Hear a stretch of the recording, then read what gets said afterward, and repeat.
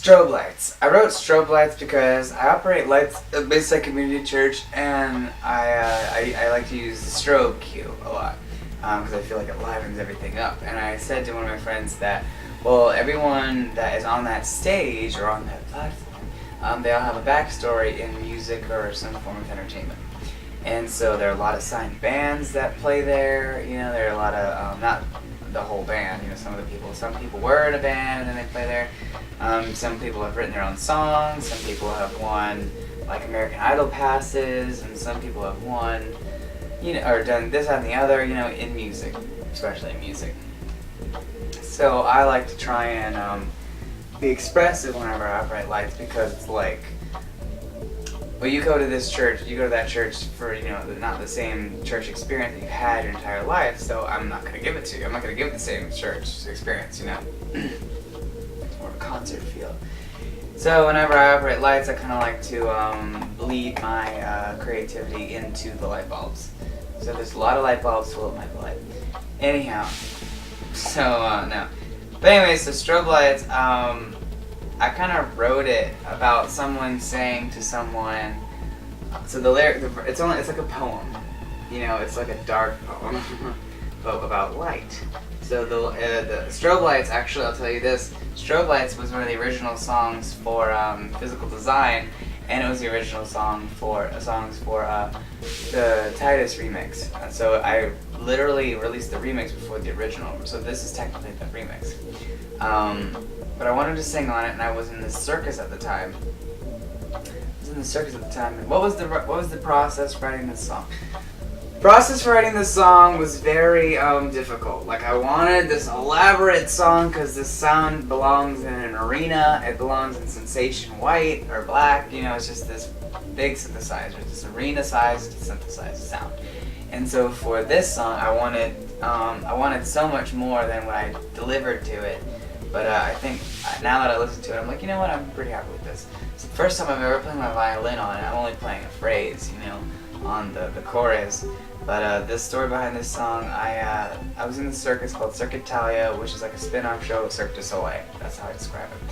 So it's like a dinner show without the dinner. Elegant without too much elegance. So all these actors and talents, you know, that are in Cirque du Soleil all over the world or whatever, randomly go to these mini circuses to keep a paycheck, because, you know, just because the show's on summer break doesn't mean money's coming in still. They still need money, so they go and perform. They literally never stop working. So their vacation is during the day, and then at nighttime it's perform. So normally they have like Mondays and Tuesdays off. Anyway, so Cirque Italia.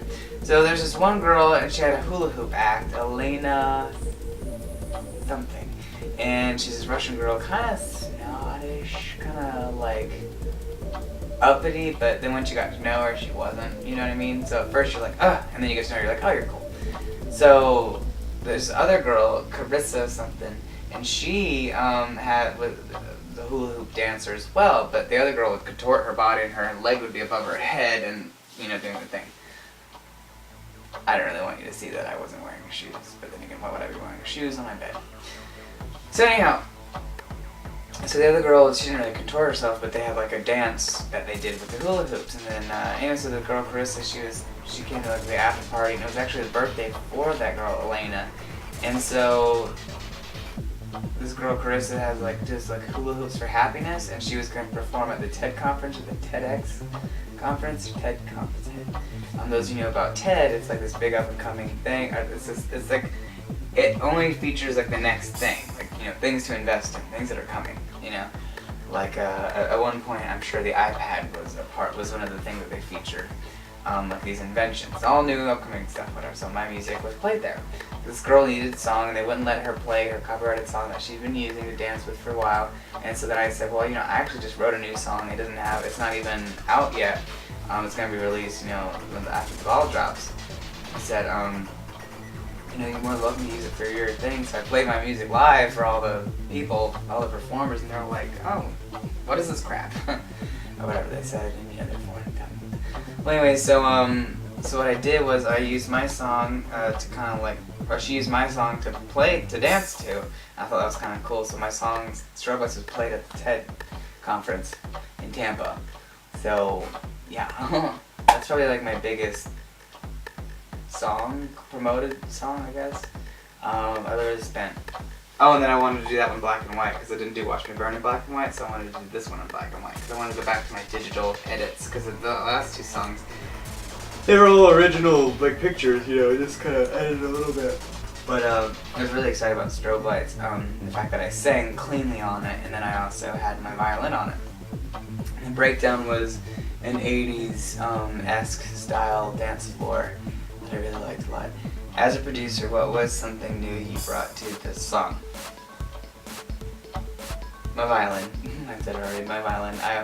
I played my new violin, my really old violin, and then my high school violin all on it, and I edited them all to blend well together. So you can't tell it's 3 different violins, but it's in 4 phrases.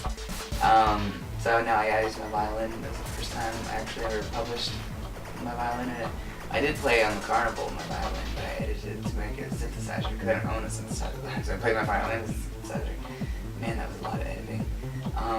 Did you listen to any new music during the recording of this process? During the recording process? Yeah, I went to Cirque du Soleil a few times to kind of watch what I was going to be doing with spotlight operating, and then I was kind of like the understudy for the light operator in case he couldn't make it or something happened, so I would do the lights. Well, anyways, so I listened to a lot of flowy music, weird music, and I thought how that was like an encouragement for me to finish my song because those songs were so far out and spacey. So yeah, Strobe Lights came from my church, followed me to the circus, and then ended up in TED conference with Hula Hoops for Happiness, or Hula for Happiness, Hula Hoops for Happiness, Carissa. So, yeah, it's kind of cool that happened. And here is Strobe Lights.